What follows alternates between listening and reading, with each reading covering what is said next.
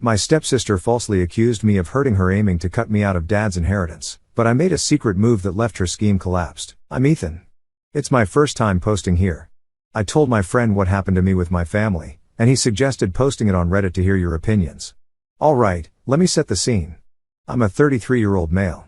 My dad married Sam and Katie's mom, Linda, who was 39 back then, when I was 12.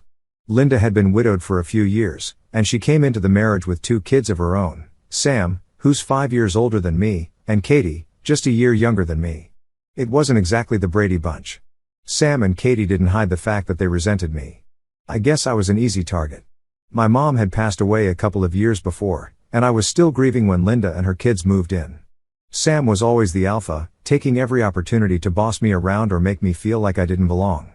Katie was quieter, but her jabs were just as sharp.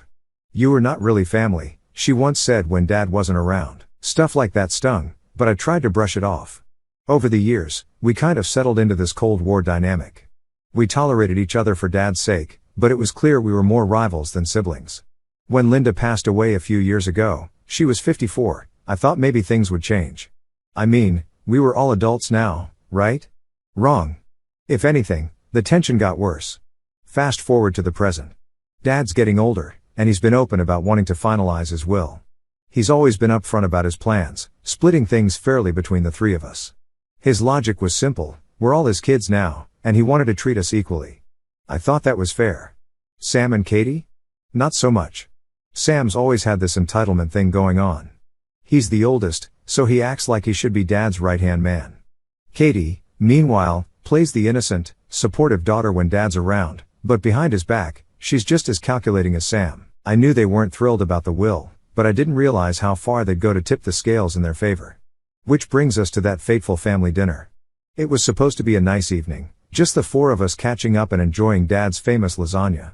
We'd barely gotten through the first round of small talk when Katie suddenly pipes up. "I've been holding something in for years," she says, her voice shaky. The room goes silent. Dad looks up from his plate, frowning. "What do you mean?" Katie takes a deep breath, her eyes darting between Dad and Sam. "I didn't want to bring this up, but I can't stay silent anymore. When we were kids, he hurt me." I blinked, my fork frozen in midair. Was she talking about me? Dad's face turned pale. "Who hurt you?" Katie looked down, her hands trembling as she toyed with her napkin. "Him," she whispered, barely glancing in my direction. It felt like the air had been sucked out of the room. My heart started racing. "What the hell are you talking about?" I asked. Katie flinched, like I just yelled at her. Sam, ever the protective older brother, jumped in immediately. "Don't you dare talk to her like that," he shouted, his eyes blazing. Dad held up a hand to silence me, his expression unreadable. "Katie," he said softly, "are you saying he did something to you?" She nodded, tears brimming in her eyes. I didn't think I'd ever have to say it out loud. I thought I could just move on, but now that we're talking about the will, I realized I can't let him benefit after he molested me. And just like that, the room tilted on its axis. "This is insane," I said, my voice shaking with anger. "You were making this up." Katie burst into full-on sobs, and Sam put an arm around her shoulders. "You see how defensive he's getting, Dad? That's guilt. That's what guilt looks like." "No, this is what being falsely accused looks like," I shot back. "This is ridiculous, Katie. You know that never happened." Dad looked torn, his eyes flicking between me and Katie. "Sam," he said finally, "what do you think?" Sam sighed, playing the concerned older brother to perfection. "I believe Katie. Why would she lie about something like this? It's not like she gains anything by speaking up." "Oh, but she did. They both did. This wasn't about justice or closure. This was about something else. I thought it might be about the will. Katie and Sam had always resented me, and now they had the perfect excuse to cut me out completely. But I wasn't sure what their motive was or where the hell the molesting accusation came from." "Dad, you can't seriously be considering this," I said, desperate to get through to him. "I don't know what to think," he admitted, his voice heavy with emotion. "This is a lot to process." Katie sniffled, wiping her tears with her napkin. "I didn't want to ruin dinner. I needed to say it." Sam nodded solemnly. "We understand, Katie. You're so brave for speaking up." "Brave? Are you kidding me?" I looked around the table, feeling like I was in the Twilight Zone. This wasn't just an accusation, it was a calculated move, and I was their target. After Katie's meltdown at dinner, The whole family dynamic went straight into freefall. I'd wake up every morning feeling like I was walking into a courtroom where the jury was still deliberating, and the stakes were my entire future. The worst part?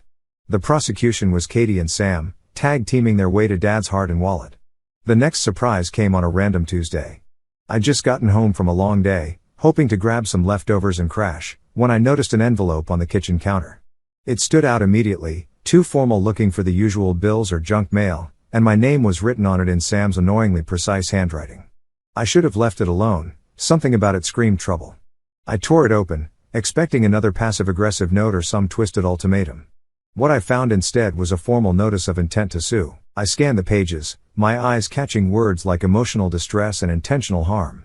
It wasn't just vague, it was designed to ruin me without actually saying much. And then I saw the worst, the demand for damages. They wanted money, of course, but this wasn't just about cash. It was about dragging my name through the mud and making me look like a monster. I sat down at the table, the paper shaking in my hands. A million thoughts raced through my mind, most of them variations of "Are you kidding me?" It was bad enough they'd turned Dad into their personal puppet, but now they were trying to destroy me completely. This wasn't just manipulation anymore, it was open war. Later that evening, I shoved the letter at Dad, desperate for him to see through their nonsense. "This," I said, pointing to the pages, "is what your precious Katie and Sam are up to now." He picked up the letter, squinting at the legal jargon, his face drawn and tired. When he finally set it down, his response made my stomach drop. "This is a family matter," he said quietly, like he was trying to convince himself as much as me. "We shouldn't let it get this far." "They are the ones taking it this far, Dad," I said, my voice cracking as I slammed my hand on the table. "And you're just standing there, letting them destroy me." He rubbed his temples, looking older than I'd ever seen him. "I'll talk to them," he said. But he wouldn't. He never did. I could already see how it would play out. Katie would cry, Sam would talk circles around him, and Dad would do what he always did, nothing. I was on my own, and I knew it. The worst part wasn't the lawsuit itself, though that was bad enough. It was knowing that even if I somehow managed to win, I'd still lose in the court of public opinion, at least the opinion of my family. Katie and Sam had already painted me as the villain, and this was just their final brushstroke. But if they thought this would break me, they were wrong. They might have fired the first shot, but they'd just given me a reason to fight back. The next morning, I was in a lawyer's office, a dingy little place downtown that smelled like old paper and desperation. My lawyer, Angela, was sharp, no nonsense, and exactly the kind of person I needed. She flipped through the notice with a calm expression, her pen tapping against the edge of her desk. "Well, this is creative," she said, a faint smirk tugging at the corner of her lips. "They've thrown everything but the kitchen sink into this claim, emotional distress, reputational damage. Honestly, it's almost impressive how vague they've managed to keep it." I slumped in my chair, my frustration bubbling over.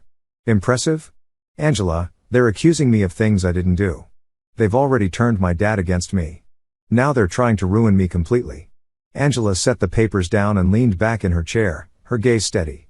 "Let me be clear about something. They're banking on intimidation. This is a scare tactic, plain and simple. They're hoping you'll panic, settle, or back off entirely. But their case?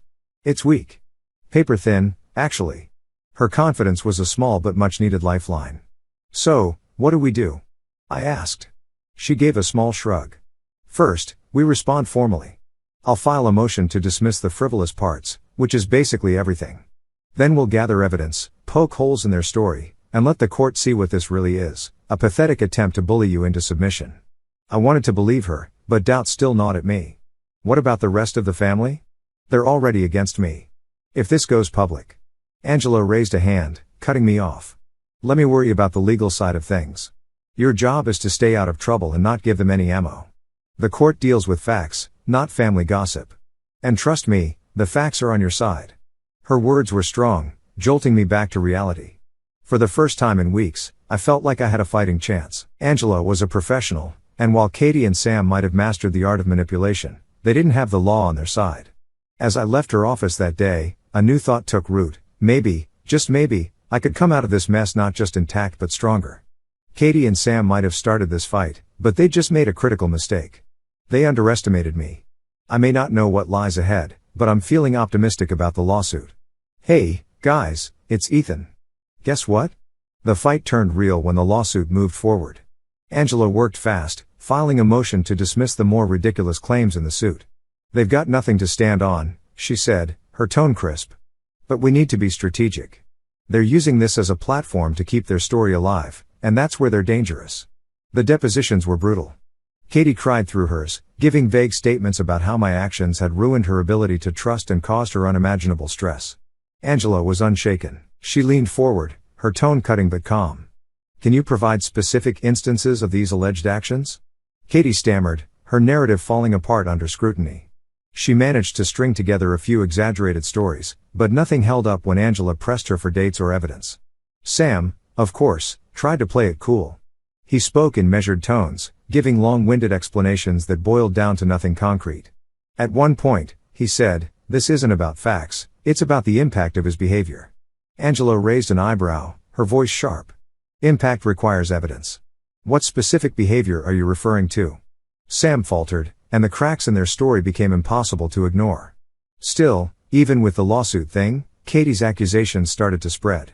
Sam and Katie didn't just rely on Dad's doubt to do the damage.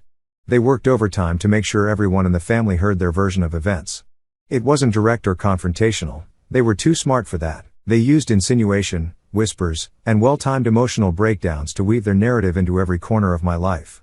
At first, I thought the fallout would stay within our immediate family, but then, at a family friend's wedding, I started noticing the looks, you know the kind people give when they've heard something they shouldn't have but can't quite reconcile it with what they know about you. It started small. Aunt Karen, who'd always been a little nosy but warm, suddenly seemed colder. She avoided making eye contact, and when I tried to engage her in conversation, she gave curt, dismissive answers. I didn't think much of it until I overheard her talking to Katie near the dessert table. "I just can't believe he'd still show up to things like this," Karen whispered, glancing in my direction. Katie sighed deeply, playing the victim role perfectly. "It's just something I have to deal with," she said softly, her voice carrying just enough pain to pull sympathy. "I try to stay strong for Dad, but it's hard being around him." Sam, of course, was no less subtle. His weapon was fake tears, carefully curated conversations that always left people questioning me. At work, things weren't much better. Word travels fast in families, and it's amazing how little it takes for whispers to seep into other parts of your life. A coworker I'd been friendly with for years suddenly started canceling our lunch plans, and I caught another one glancing at me warily during a meeting. It wasn't just the looks, though. My world started to shrink. Invitations to family dinners stopped coming. Friends who'd been constant suddenly seemed busy every time I reached out. Even strangers seemed to sense the tension, like it was radiating off me. The worst part? I couldn't do anything about it. How do you defend yourself against something as vague and insidious as an accusation that's never fully stated? Sam and Katie had orchestrated this perfectly, staying just on the edge of outright defamation but doing enough damage to make me question my place in the world. One afternoon, I ran into an old friend from high school at a coffee shop. Mike had always been straightforward, no nonsense, no beating around the bush. He greeted me with a warm smile, but as we talked, his tone shifted. "So," he said carefully, "everything okay with your family?" I paused, my coffee halfway to my mouth. "Why do you ask?" He scratched the back of his head. "Just, I heard something from your cousin's sister-in-law, I think."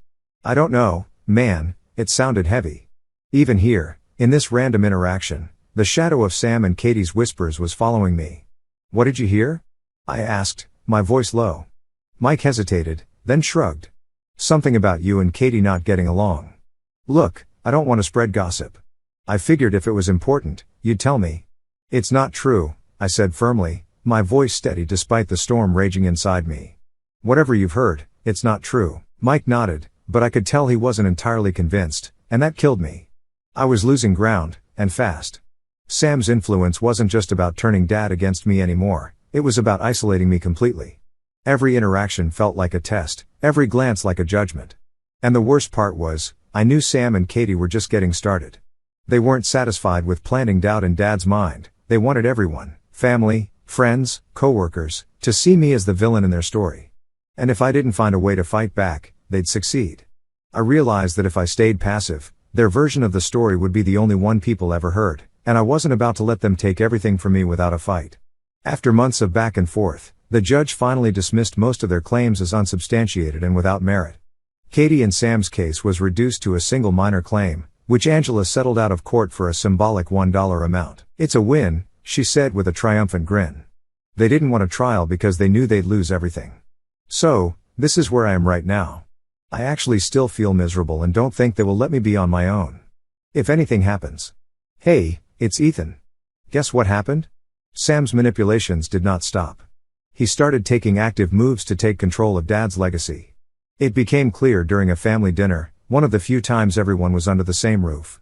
As usual, Katie sat at the edge of the table, silent but visibly distressed. Dad looked distracted, and Sam took full advantage. As plates were being cleared, Sam leaned back in his chair, his voice calm but loud enough for everyone to hear. Dad's been going through some estate planning, he said, glancing at Katie. It's been hard, but we're making progress. The room went quiet. Dad shifted uncomfortably in his seat, looking anywhere but at me. It's nothing major, he said quickly, just making sure things are in order. Sam gave a patronizing nod. Right, nothing major, just a few adjustments to make sure everyone is protected. Protected from what? I asked, my tone sharper than I intended. Sam turned to me with an expression of mock concern. It's not about you, he said smoothly. It's about Katie. She's been through enough, don't you think? The unspoken accusation hung in the air. My fists clenched under the table, but I forced myself to stay calm. Katie doesn't need protection from me, I said, looking directly at Dad. And you know that. Dad opened his mouth to respond, but Sam cut him off. This isn't about pointing fingers, he said, his voice dripping with false sincerity. It's about fairness, making sure everyone gets what they need. Fairness or control? I was losing it. Sam's expression hardened for a split second before he turned back to Dad. See what I mean? This kind of tension isn't good for anyone. That's why it's so important to handle this now. After that dinner, I couldn't sit idly by anymore. I started paying closer attention to Sam's moves, and the pattern became clear. He wasn't just advising Dad, he was inserting himself into every decision. He scheduled meetings with Dad's attorney under the guise of helping out. He brought over spreadsheets and folders, presenting them as tools for simplifying the estate but clearly designed to benefit himself and Katie. One day, I stopped by Dad's house unannounced. Sam was there, as usual, sitting at the dining table with a laptop and a stack of papers. Dad sat across from him, looking exhausted. What's going on here? I asked, stepping into the room. Sam didn't even look up. Just helping Dad organize a few things, he said casually. You know, estate stuff. Dad gave me a strained smile. Sam's been a big help lately. I'm not as sharp with all this paperwork as I used to be. I walked over, glancing at the documents on the table. Have you run any of this by your attorney? Dad hesitated, and Sam jumped in. We're just brainstorming right now, he said smoothly. No need to involve lawyers yet. That's exactly when you should involve a lawyer, I said, my voice firm. Dad, you don't need Sam to manage this for you. If you want help, hire a professional. Sam laughed lightly, finally looking up at me. Always so suspicious. I'm just looking out for Dad. You should try it sometime. Looking out for him or yourself? I shot back. Dad raised a hand, his tone weary. That's enough, both of you. The tension at home was one thing, but it wasn't contained. Sam was expanding his influence, using the accusation to turn the family against me and strengthen his position as Dad's trusted advisor. The worst moment came when Dad called me over one evening. I thought it was just to catch up, but as soon as I walked into his study, I saw the familiar stack of papers on his desk. I've been thinking, he began, his voice hesitant, about how to make sure everything's fair. Fair? I repeated, the word tasting bitter. What does that mean? Dad rubbed his temples. Katie's been struggling. Sam thinks it might be better to shift things around a bit to make sure she's taken care of. I stared at him, my chest tightening. Dad, you've always said you wanted things to be equal. Why change that now? He avoided my gaze. It's not about equality, son. It's about need. Need? I said, my voice rising. Or manipulation? Because that's what this is. Dad's face darkened. That's enough. I took a deep breath, trying to steady myself. I'm not trying to attack you, Dad. I just want you to see what's happening. He shook his head, his tone final. I've made my decision. That night, I realized I couldn't rely on Dad to see through Sam's schemes on his own. Sam was too good at playing the dutiful son while subtly painting me as the antagonist. If I was going to stop him, I needed to find proof, something concrete to expose his true motives. I wasn't going to let him take everything without a fight. The turning point came when I found undeniable inconsistencies in Katie's timeline. It started with an old family calendar I stumbled upon in Dad's attic. Each summer, Our activities were meticulously logged: trips, camps, weekends at the lake house. Katie's claim had centered on a specific summer at the lake house, but the calendar made it clear I hadn't been there. That was the summer I'd spent recovering from appendix surgery, stuck at home with Aunt Louise. This was the proof I needed. For weeks, I'd been on the defensive, but now I had something concrete to push back with. The next family gathering was tense, as usual. Dad sat at the head of the table, looking older than ever, while Sam held court, steering every conversation back to Katie's supposed strength and resilience. Katie sat quietly, her usual teary performance in full effect. I let them have their moment. Then, as the plates were being cleared, I stood up. "There's something we need to address," I said, my voice steady but loud enough to command the room's attention. All eyes turned to me. Sam leaned back in his chair, a smug smile on his face. "This isn't the time, little brother," he said, his tone dripping with condescension. "It's exactly the time," I shot back.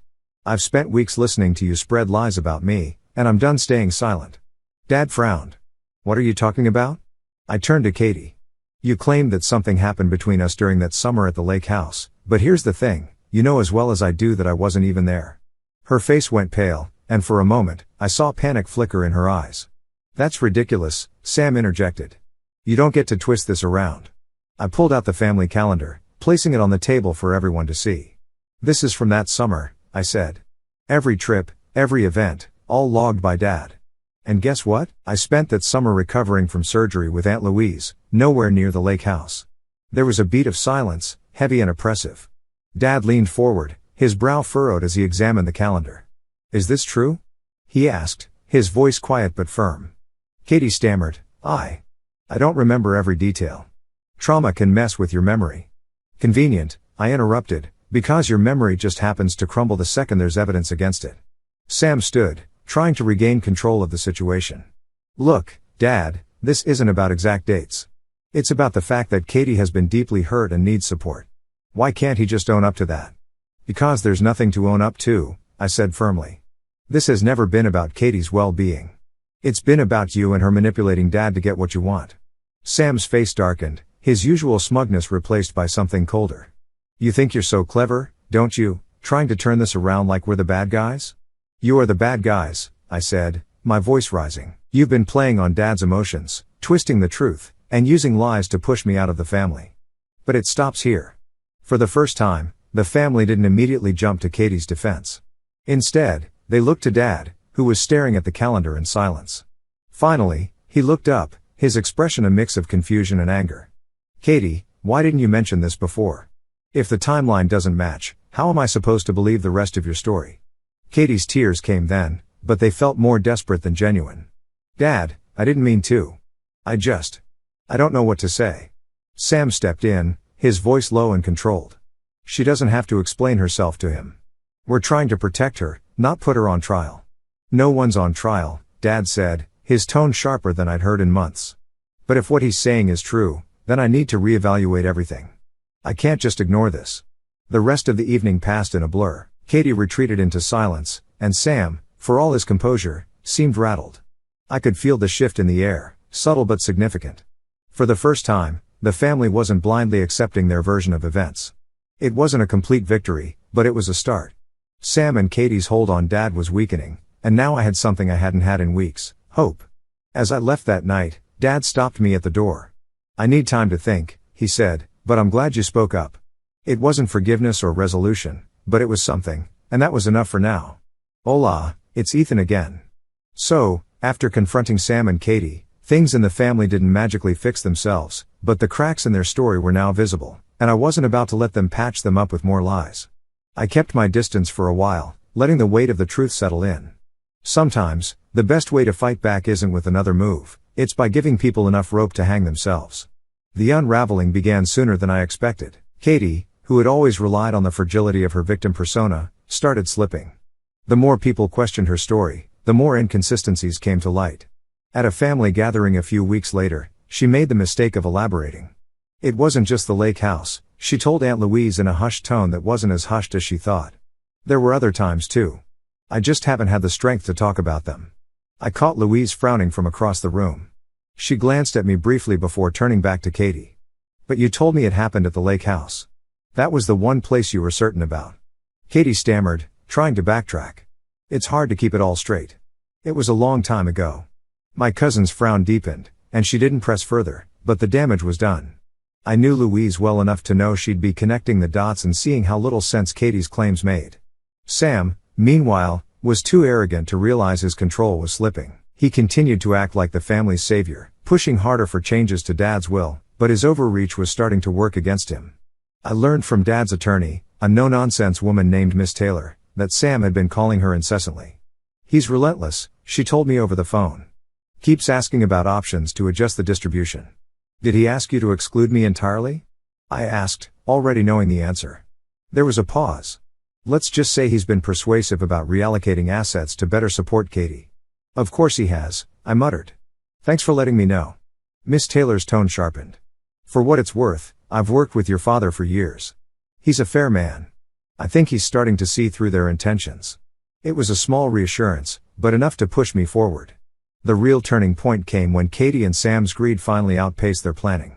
Sam, emboldened by what he thought was his dominance, pushed Dad to sign a new version of the will. What he didn't realize was that Dad had grown suspicious since the calendar incident.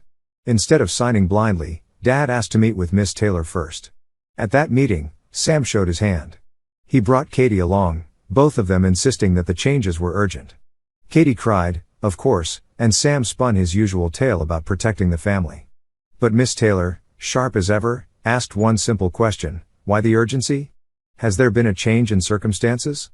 Sam faltered, caught off guard. Well, Katie's been struggling, and we want to make sure she's taken care of before things get complicated. Complicated how? Miss Taylor pressed. Katie started crying harder, but it wasn't enough to distract from the fact that Sam didn't have a real answer. Dad, sitting silently through the exchange, finally spoke. I don't think we need to make any changes right now, he said, his tone calm but firm. I'd like to take some time to review everything. Sam's face hardened, but he couldn't argue without looking suspicious. Katie shot him a panicked look, but he just nodded tightly. They left the meeting empty-handed.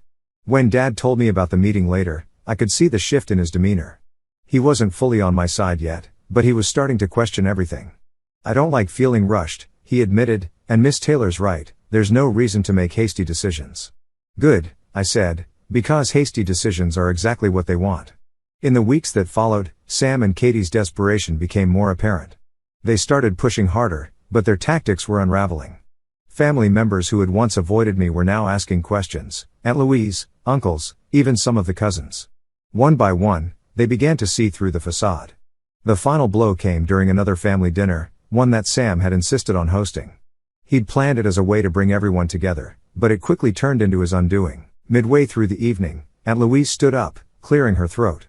Katie, I have a question, she said, her tone unusually stern. Katie froze. What is it? Louise folded her arms. You've said a lot about what happened, but the more you talk, the less sense it makes.